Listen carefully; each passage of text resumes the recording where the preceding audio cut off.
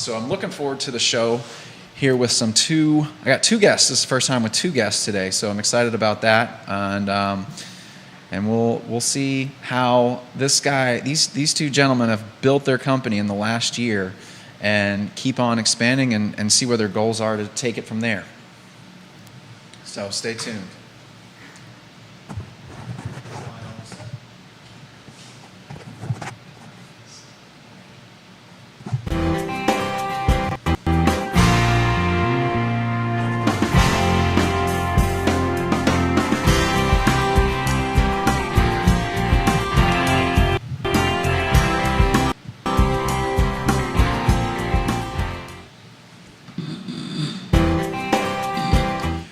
Welcome everybody to the show. I'm your host, Kyle Miller, and we're here today to share the stories of people who are doing great things within the Charlottesville market and surrounding areas, right? Creating their lives, helping others' lives improve, right? And just making it happen in life and business in general. So today, our guests are owners of Five Star Painting, Michael Lally and Stephen Rutherford. Welcome to the show, guys. Yeah, thanks for having us. Thank you. Awesome. Hey, so Stephen, I met you back at a Young Entrepreneurs Network, right? Yes, sir. About a year ago, and you guys had just gotten the business started, right? You had just started working the business, correct. And so here we are a year later. I'd love to how'd it go? How did the first year of business go for you guys? Yeah, first year was solid. We hit the ground running. We put about 3 or 4 months of intensive study into what we were going to do and how we were going to approach the business. And when February of last year hit, we hit the ground running. We were ready to go. So it was a solid start. We had most of our cornerstones in place, if you will. So yeah, it was a good year. Nice. And so, Michael, you want to add to that any? No, I think the Stephen, what he's saying, getting everything going, licensing, all that stuff set up, was getting through all that. But once all that stuff was done and work actually started, we do what we know what we do. Right. You guys just didn't all of a sudden just decide to create a painting company, right? You guys have been in the business, in the painting world for how many years? Yeah, over 30 combined. Over 30 years combined. So that's really a long time to understand. And you guys work for Sherwin-Williams, right? Yeah. So you guys had. You know what paint's used for what. You know where it goes. You know how. You know applications and all that kind of stuff. So I'm sure it was kind of a little easier for you to kind of get into the business and go boom. Yes and no. I think the entrepreneurial side was definitely new to us. Yeah. Coming from the W-2 world and right. We knew the general setup for everybody and how things operated, but right. I think until you get into it and you go through that first year, you have some of those trials and tribulations, and how you deal with it. It really kind of that's when you really find out. My favorite quote's by Mike Tyson. He goes, "Everybody's got a plan until they get punched in the face," right. And that is business, right? That is absolute business. It's like, I'm going to do this. It's going to go X, Y, Z. This is exactly how to do it. And you get into it, and it doesn't do it at all. And you're like, you got to shift. You got to figure out what's working, what's not working, how to expand. Pitfalls. Making sure clients are happy and exactly. All of that. Yeah. Managing the budgets, managing the crews, expectations. Yeah. From beginning to end, really. Cool. But yeah, no, it was in all those regards a successful year. Right. All customers were happy, all crews were happy. Stephen and I could continue to pay all of our bills. Things continue to progress and grow too. For all those young entrepreneurs out there wanting to go out there and do stuff, sometimes it takes time to build stuff, right? Yeah. The first year we have all these aspirations of we're going to take our business, it's going to be X, Y, Z, it's going to be so big, and we have really inflated thoughts of where we could be in the first year, but by the time people have really high hopes for that. And then 3 to 5 years, when we start placing out goals, we can't get big enough because you're getting ready to hit your second year. You've already got a backlog of work coming, right? And then it's just going to cascade over. You're going to get more work. You're going to get more referrals. You're going to get more. And with more comes more headaches and hassles and things you got to manage and all that kind of stuff as well. Yeah. But, I mean, look out, you know? Yeah, well, I mean, and that's, with that growth, different kinds of challenges. I do think that, you know, coming from that previous world, we do have experience in dealing with that growth, you know, employee management as we grow, bringing on the right team. Right. Those will probably be the biggest decisions we make over the next couple of years. And when you say bring on the right team, what do you mean by that? You know, a good fit, good culture fit, understands what we're trying to do for the customers, what we're trying to bring to the table, what our expectations are, and really just, you know, somebody who's going to come in and in the different roles, you know, if it's a salesperson, somebody who's coming in and selling. Right. But not selling just to sell, selling to meet the customer's expectations and what they want for the projects. And at the same time, you know, if you have an operations guy coming in, what are the expectations on the job? Is he going to manage it? Is he, you know, setting up those processes and getting all that stuff in place? Is kind of what we're working on now. Right. Actually, it started last year. You know, we would have conversations about, you know, this process has got to get cleaned up. This one has got to, we need to figure out a better way to communicate this or streamline that. So it's an everyday thing. When something happens, you got to kind of keep it front of mind, make a note, make sure that you're going to address it and have a plan if, you know, whatever didn't come down, what's plan B? What's plan C? So. Well, what do you guys specialize in? Are you more residential, commercial? Initially, we're more residential right now, but you know, we had both worked for another contractor in the area before this, and a lot of that stuff was commercial, like commercial stuff. So we've started dipping our toes back into that, getting more involved with light commercial stuff, property management. Renovations, things like that, where we can, you know, drywall on, come in and help, exteriors, carpentry and painting. So with the 5-star, are you guys just painting, or what other services do you guys have? We're painting and adjacent, I would say. Okay. everything that comes with it, you know, I mean, you would be walking away from a lot of work if you are not replacing the 5 pieces of siding that need to be replaced, or the rotten soffit, or, you know, repairing the drywall inside. So having team members that are capable of doing that at a high level is definitely a must. Yeah. So. And to give you a better product on the finish, on the paint. Exactly. You know, paint is, it's not necessarily, it's all in the prep work. Yeah. Right? Yeah. Correct. Yeah, it took the words right out of my mouth. Yeah. It really is. Because we just finished one. It was, you know, interior stairwells, metal stair rails, and the crew had gone through and what they thought prep was good. Yeah.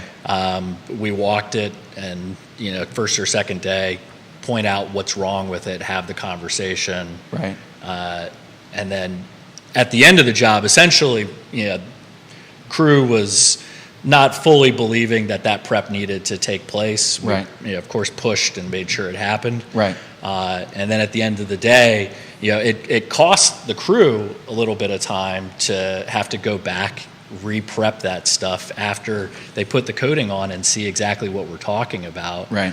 Where we knew once that stuff happened, it would start to come through, and the final product suffers. Yeah. Prep, and then more prep. I never realized how much went into painting until, you know, you hire a painter, a professional painter, to come in and to get a professional job done. the amount of prep work, the amount of stuff that they go through to make sure that every little piece is right, even the little drywall touch-ups, like going through and just little nicks on the wall, it just makes for a huge difference. Yeah. I mean, it starts from the first time you walk through the door, right? Yeah. I mean, one of our biggest things is the setup, that initial setup. Walking through and putting paper down along the sides. So, as you're sanding, scraping, painting, anything falls on that, it's not falling on the floor, makes your cleanup at the end a lot easier. Right. So, I mean, it really is from beginning to end. It's that process and having those steps in place that you follow every time. It just cleans it up so well. So take me through a process. Say I'm a homeowner, right? And I want you guys to come over and paint my house, right? I want you to do the whole house.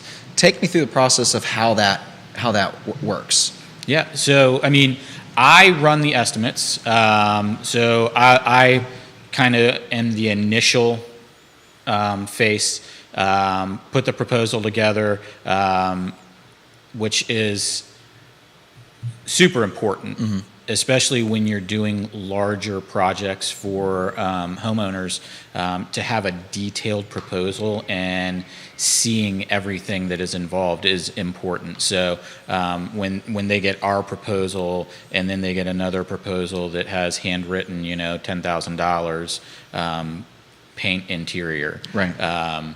So a detailed proposal, and then once we get the okay, say, hey, we want to go with you guys. Yeah. Then Mike steps in, he runs production, and I'll let you take it from there, Mike. Yeah, that normally starts with a phone call or email, text message, introducing, running through the project with the customer. Yeah. Before we even set foot on the job site to start work. Make sure colors are picked. If there is like color issues or you're trying to figure something out, Right. we do have like color designers and consultants that work with us. Okay. Adjacent to us that we refer to them as well. Okay. That can kind of help them go through that and figure that out. Once you get that done, that involves conversations about what are the pressure points. If we're doing a bedroom and that's the only room you can sleep in and you have drywall repairs and painting that has to happen in that bedroom, those drywall repairs are going to take a day and they have to dry Right. before you can go back and sand and start to paint. So it's a couple of days you're in that bedroom that the painting is only going to take probably a crude 3 or 4 hours to do the painting. Right. But the prep and drying and everything in between. So if that is a room, we set it up, cover everything, and then tear everything down at the end of the day. So clients don't have to move out their whole house or No. anything. No, So you guys no. cover all the. Yeah. Okay. Yeah, absolutely. Any of those rooms that are sensitive to somebody, like a kitchen or a room that they're sleeping in, Yeah. either they're saved for the end, like a kitchen we'll try to do towards the end and work our way out of a house. A bedroom, it'll be set up and broken down. Okay. So the people will, they can go back in, work is still going on, but you have a bed to sleep on and Right.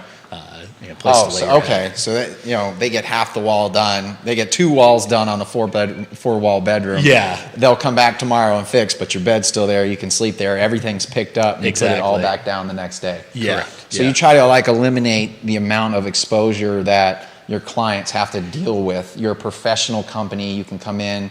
You're not dealing with paint left over at the house and stuff just sitting out that you might run into or you got to walk around or anything like that. Yeah, well, and the main thing I would say is having those conversations and starting the communication. Right. I think what so many contractors struggle with is talking. Yeah. When there is a problem, letting them know there's a problem, Right. or even talking before there is a problem to know.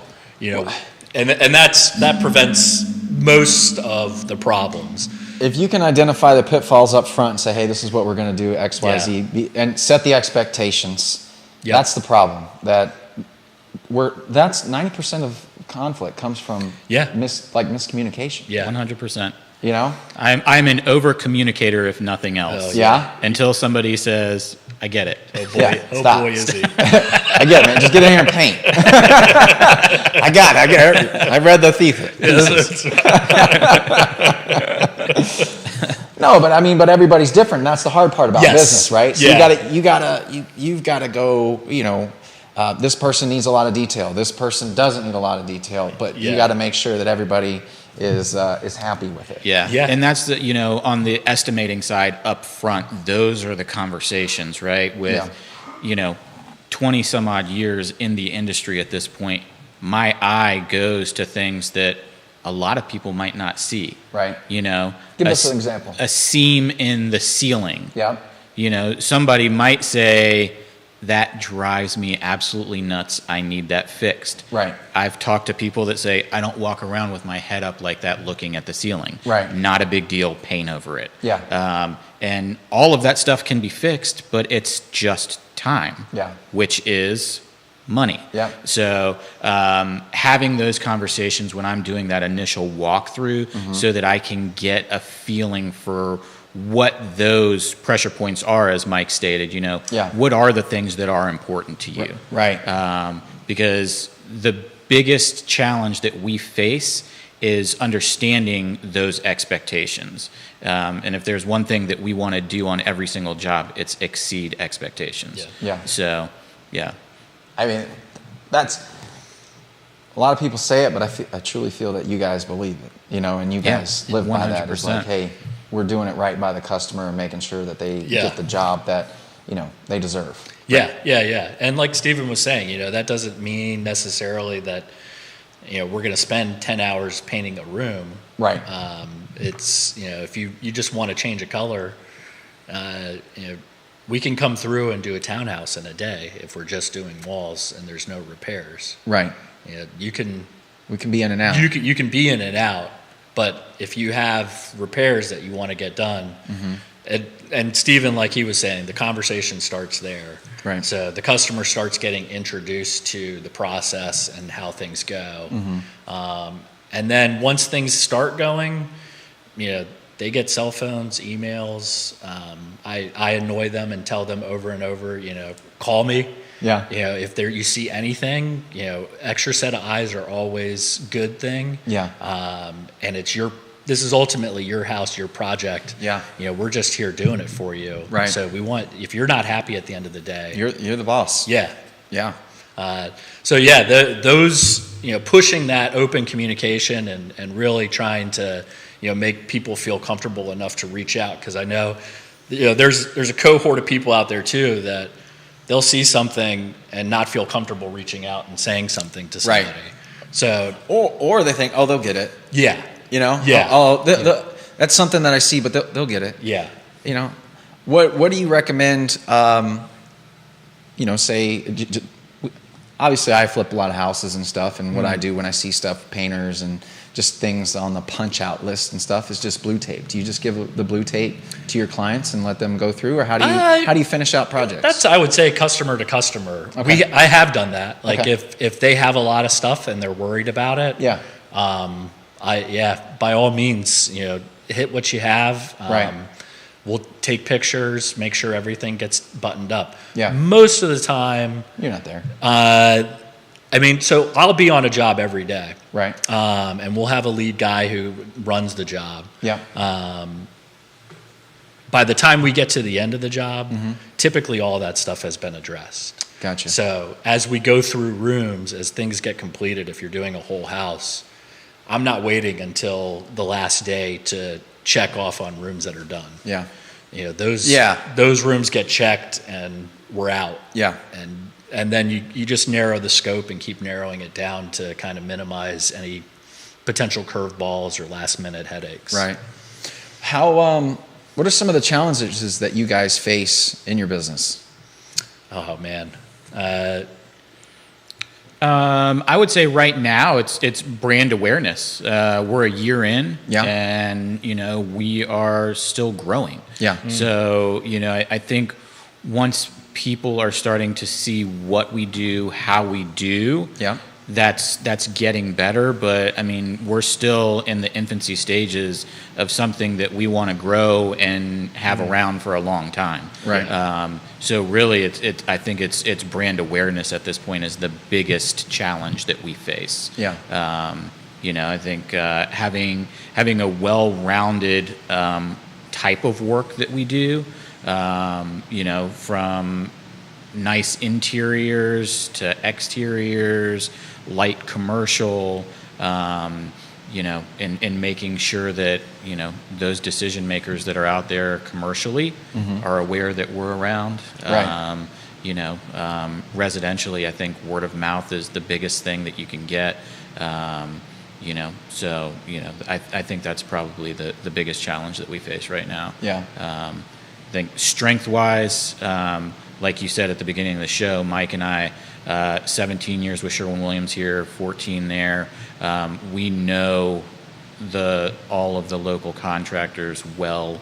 Right. We're very particular with the guys that we work with. Yeah. So So let's hit on that, because I think that's a strength for you guys. Yeah. You guys know pretty much all the painters in the area. A lot of like the guys that actually do the labor, because you guys are putting it together. And as business people, that's what you do. You put together a group of people that does good work, and you get the work done, right? Right. Yeah. You manage it and make sure it gets done. So you guys have been able to go around and handpick some of the best guys in the area that do what they do, and be able to put together a business and help all these customers. Absolutely. Yeah, And yeah. Each project is different, and having the right crew to do that project is vital. Yeah. We have guys that are fantastic with exteriors and wood replacement, soffit repairs, that sort of thing. So I would not set them up to fail by putting them on a high-end interior. Right. Not the right crew for that project. Right. So, I think one of our strengths is definitely having the availability to pick crews for specific job types. Yeah. We got guys that are great with apartments, right? Like that's painting. Right. So painting apartments is a thing, and to have guys that are skilled enough that can burn through apartments quickly, because apartments, that's the name of the game. In and out, quick. Right. And then having those guys with the eagle eye for the attention to detail and the high-end interiors. And like I said, the exteriors are kind of their own beast. So Yeah. yeah. How is technology innovating in the painting business? It's been slow. Yeah. I think painters in general are slow on the uptake with that stuff. But more and more, it's creeping in. Things like there's I think you guys were discussing one earlier, but one we're familiar with is called Company Cam. Things that we'll be bringing on over the next few years that allow the customer, if they're not on site, to kind of view progression. Any job issues or problems get uploaded to it. So things like that help streamline it. Yeah. There are some older technologies like moisture meters, things Right. like that we definitely use and to help us manage exterior jobs Right. effectively. So, if you had a bunch of rain the night before and the customer's worried about putting a coating on the deck, we'll go out and check the moisture in the deck. Right. And if it's good, it's good. Right. We and know. what is that? What's the moisture? What's the threshold where you don't put paint over top of it? Below 20. Below 20%. So the readers will give you a readout. Right. It goes into wood and gives you. Yeah. Below 20, you're good to go. Okay. If it's direct sunlight Yeah. and something's at 25, Yeah. and I know it's going to be direct sunlight, it's hold off, wait until the end of the day, start over here on this section that we know is already. Gotcha.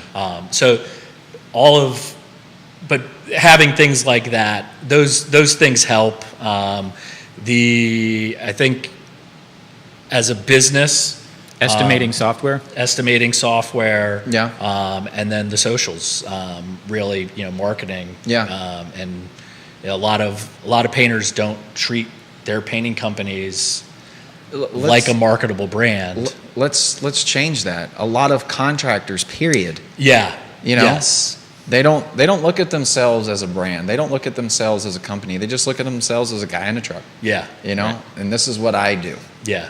you know. And they don't build out businesses with it. Yeah. Which And it's the problem with that model is you hit a point where you can only grow so much. Absolutely.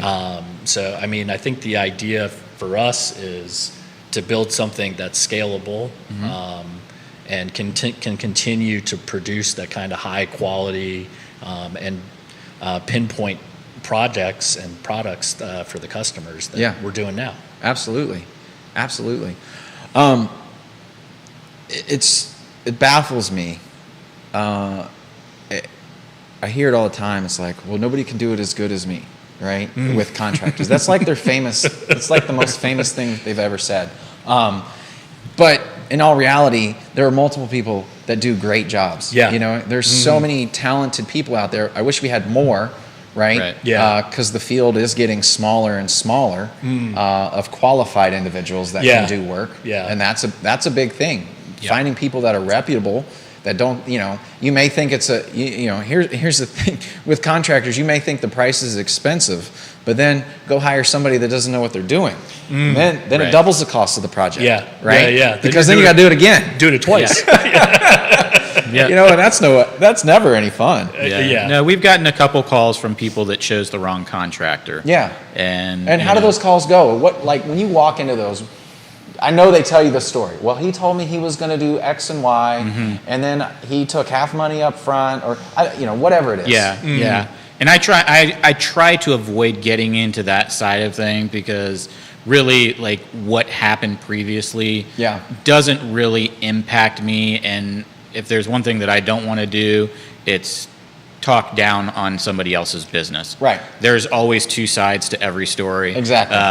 But in general, it's going through and examining what was done and saying this is how we move forward from Yeah. here.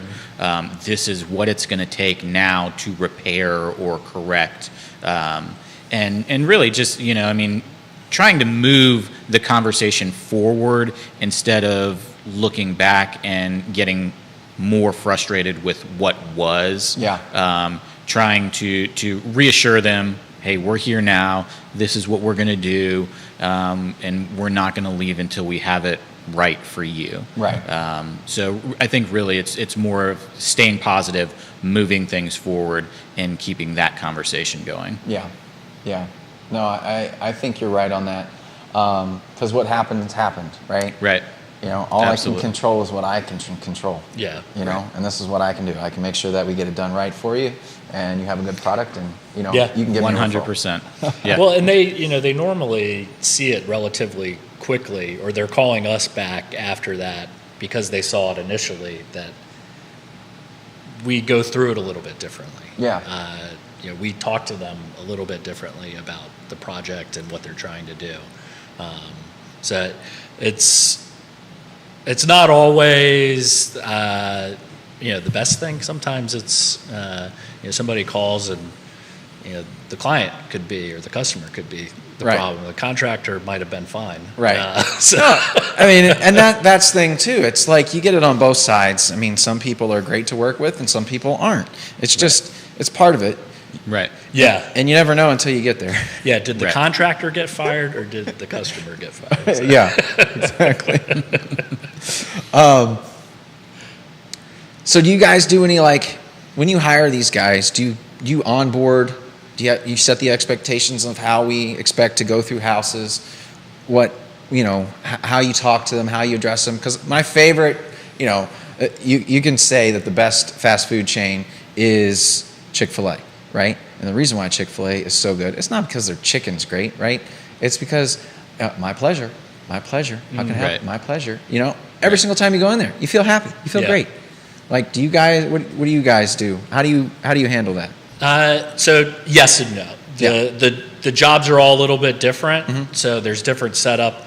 But yes, like when we go through a job or a new crew that we're working with, I'll be with them. So some of the other companies that are set up similar to us, may not have me, somebody that's on the job. It'll just be the crew Yeah. that kind of runs through it. So I'll be there and on site for the first day if they're a new crew. Yeah. And I'll sit there and watch what the setup is. And if the setup is not what I'm expecting, Right. then they get stopped and the conversation is had very early on about Gotcha. what we need to do. So you're all about catching problems before they start to become problems. 100%. And normally it starts at the truck, so before we've even made it inside, like I can tell by what supplies Right. are there to get going and prep Right. that we're going in the right direction. Yeah.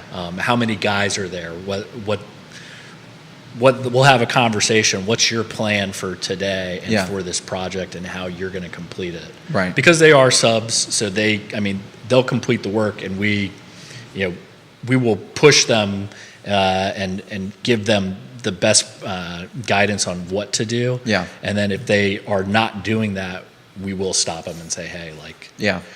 this is going to be a problem. Right. This morning, they're just a deck, but make sure everything underneath the deck is covered, Right. so the stuff isn't dripping on patio or Exactly. whatever it is underneath the deck. Right. Things like that a new crew, if they're not doing it, it gets so. But they're all different too. Each job is a little bit different, and I want to see too, like what they're gonna do, what their thought process is, their critical thinking abilities. So as the job goes through, like if there's a problem, Yeah. and they call me, what do you think? Yeah, I do that a lot with my team. They'll Yeah. ask me for questions like, "Hey, we got this problem." Okay. Yeah. What do you think? How do we fix this problem? Yeah, right. Don't come to me to solve everything. Yeah. And that's giving leadership into your team and allowing them to make decisions and do what they Yeah. need to do to make decisions. Then they feel confident in themselves and they can make the decision the next time. Right. Yeah. And then if they mess up, we go, "Why did we make that decision?" Right. Yeah. That's right. Let's not make that one The again. autopsy. All decisions have consequences, Yeah. and Yes. I'm a big proponent of we don't have problems, we have opportunities. Yeah. Right? How do we make this better? Yeah. Absolutely. And there are so many times when you stop the problem up front, communicate with the client, it makes them look at you in a completely different light. Yeah. Oh, it's And because they know you're not glowing. trying to, get one over on them. Yep. You're trying to do it right. You're trying. Hey, we ran 100%. into this. Yeah, exactly. This is what we got. Yeah, one of the most common things I think is like when we're doing an exterior, Yeah. If there's carpentry on the exterior that's being replaced, Right. That's normally part of the bid process, and Yeah. Stephen will tell them, this is what we're seeing on the surface. Right. If there's something underneath that's behind that, we're going to have to address it at that point. Yeah. But we can't tell without pulling everything off right now. Right. And most of the time, people don't want to do that. Right. So once the job starts, they've already been introduced to what the expectation is. And the second we pull it off, if there's anything behind it, I'm taking pictures. Yeah. Actually, I'm taking pictures either way, whether it's good or bad, so I can show them Right. exactly what's behind it. Right. And for the ones that are good, it peace of mind for Yeah. the customer to know that the rock did not get onto the frame of the house, Right. Any of the joists. It was just the soffit. Right.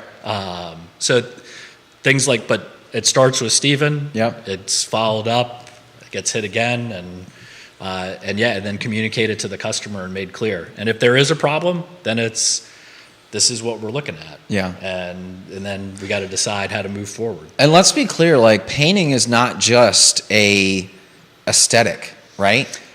Yeah. The reason why painting is on the outs is it a protective coating for the material underneath of it to allow it to last longer. Yep. So you're also protecting your house when you're doing this as well. You're recaulking all the joints of all the expansion and going back. Yep. Like you're sealing it up. No bugs are coming in. No birds, squirrels, all that stuff. Like I don't think people realize that as well. They're just like, oh, we're just making it pretty. No, you're actually helping it last longer. Yeah. You know? I think that's true. I think when people are repainting, Yeah.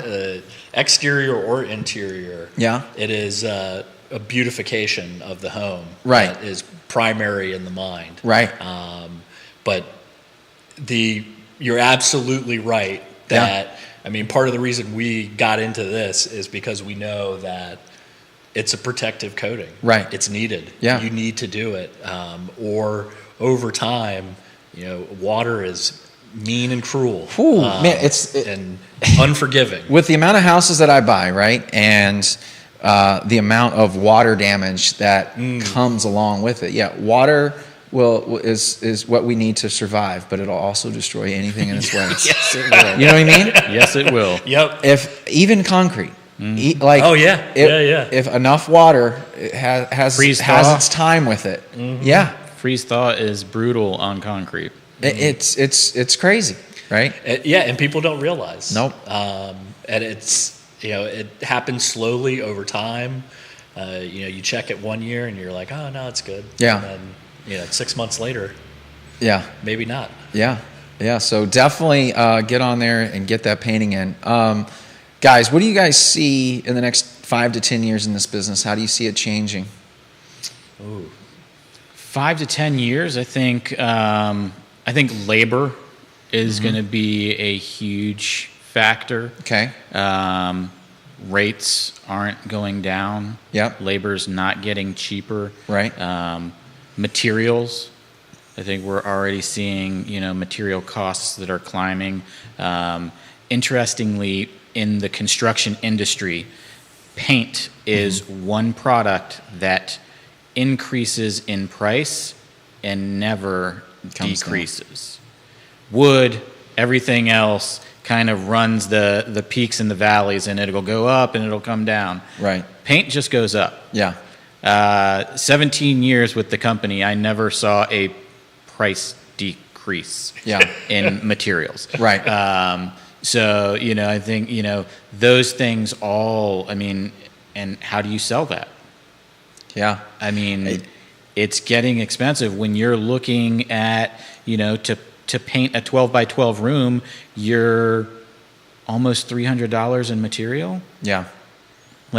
Your labor might be pretty tight, Yeah. but when you add $300 in material on top of that, it starts to put it over the edge almost. So, helping people to see that and understand, I think that those are big things that are going to be, in our specific part of the construction industry. So, Definitely. I definitely agree with the labor over the next 5 years. I don't know how it will change, but I think it will be necessary to change, whether it's some sort of training program with K-Tech, or Right. I know that's been tried in the past for some of the vocational schools in the area, Right. or visas and immigration. Yeah. A lot of the painters in the area are from South Central America. Yeah. And they're some of the best workers, some of the best people. Yeah. Coming from the W-2 world and then working with the subs that we work with, I wouldn't trade a single one of them. No, they work hard. They work hard. One thing I wanted to go over, I wanted to ask this question. The prices in paints, right? You have your low end, your middle, and your top tier paints. You guys worked at Sherwin-Williams for 17 years. What's the difference? Like, we hear the commercial, Behr, use this one cover, one coat cover, and Sure. All this stuff. So, when you're dealing with a paint manufacturer, they all have those steps, right? Right. They all make the stuff on the bottom, they all have the stuff in the middle, and they all have the premium. Right.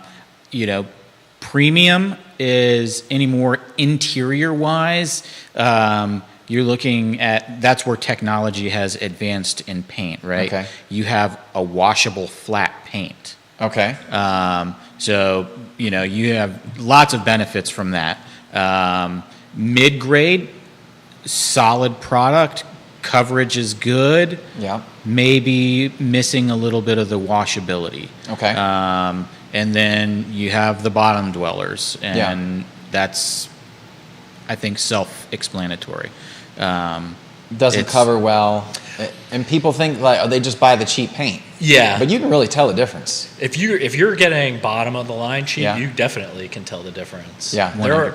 There are some, like the upper end of the bottom level. Right. There are some decent ones to work with. Yeah. That you'll still have good coverage and hide. Uh-huh.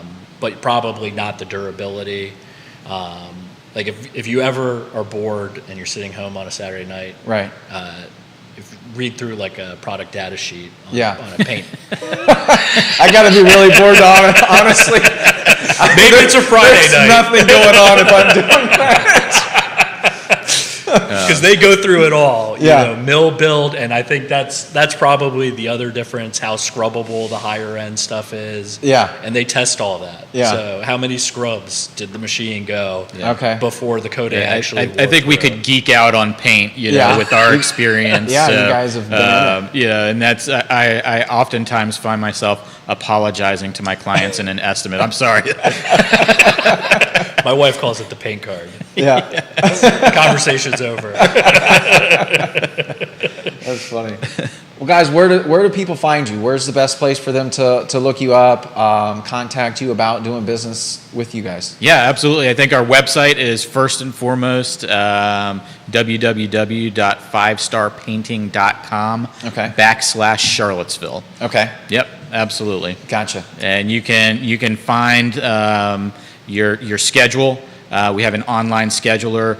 I think that's probably the easiest thing. Instead of doing a back and forth, you know your schedule. Yeah. Look at what's available and plug it into your schedule, and then it hits right to my email as soon as you fill out the So form. that gives like times where you can come out and give estimates and that type of stuff. Absolutely. Do you usually call and like set up, make sure that, hey, we're good to go? Yeah, Okay. so typically I'll call about 24 hours or shoot a text message, say, hey, I got you guys scheduled for tomorrow at 12 o'clock. Just wanted you to have my direct contact info. Right. Should anything pop up and change, just let me know. Right. But yeah, I think the website's probably the easiest place to get a hold of us. Okay, So, cool. yeah, 5starpainting.com /Charlottesville. you got it. Go check them out, guys. Guys, I appreciate you coming on the show today. Yeah, thanks for having us. Sharing what your business does. Thank you. I see, I mean, everybody needs a painter. Everybody needs painting. Like We agree. Every single house, every building, everything has paint on it. You don't realize until you really start to think, man, everything's painted. Everything. Everything. That's right. Yeah. That's wild. It's Yeah. wild to me. Now it's Yeah. like, now you just look at, wow, look at all the opportunities. Yeah. Yeah. So, well, gentlemen, thank you so much for coming on the show. Hey guys, every week we do shows with entrepreneurs, people that are doing great things in the neighborhood, and we bring them to you every week here. So stop in and check out next week's show. Thanks.